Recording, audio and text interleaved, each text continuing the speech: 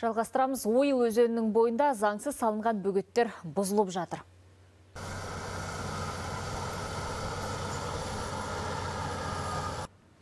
Олар өзен арнасының тартылып құрғауына соқтырып жатыр дейді мамандар. Елуден аса бөгеттің жартысы рұқсатсыз салынған. Бұзылып жатқан мына бөгет Темір ауданы аумағында орналасқан. Бұрын ойылға 120 миллион текше метрге дейін су келетін. Ал былтыр 13 миллионға ағын су жеткен. Бұған дейін аймақпен шекаралас Атырау облысының тұрғындары да бөгеттердің көптігінен су тапшылығын көріп жатқанын айтқан еді. Мамандар заңсыз салынған бөгеттерді бұзу жалғасады деп отыр. Аудан бойынша 24 бөгет анықталды. Ол бөгеттің біреуі коммуналдық меншікте, құжаттары рәсімделген. Қалған бөгеттер бойынша біз 9 бөгеттің меншік иесі жоқ болғанына байланысты әділет органдарына хат жіберген болатынбыз. Соның ішінде 24 бөгеттің үшеуін біз қазір бұзып тұрмыз.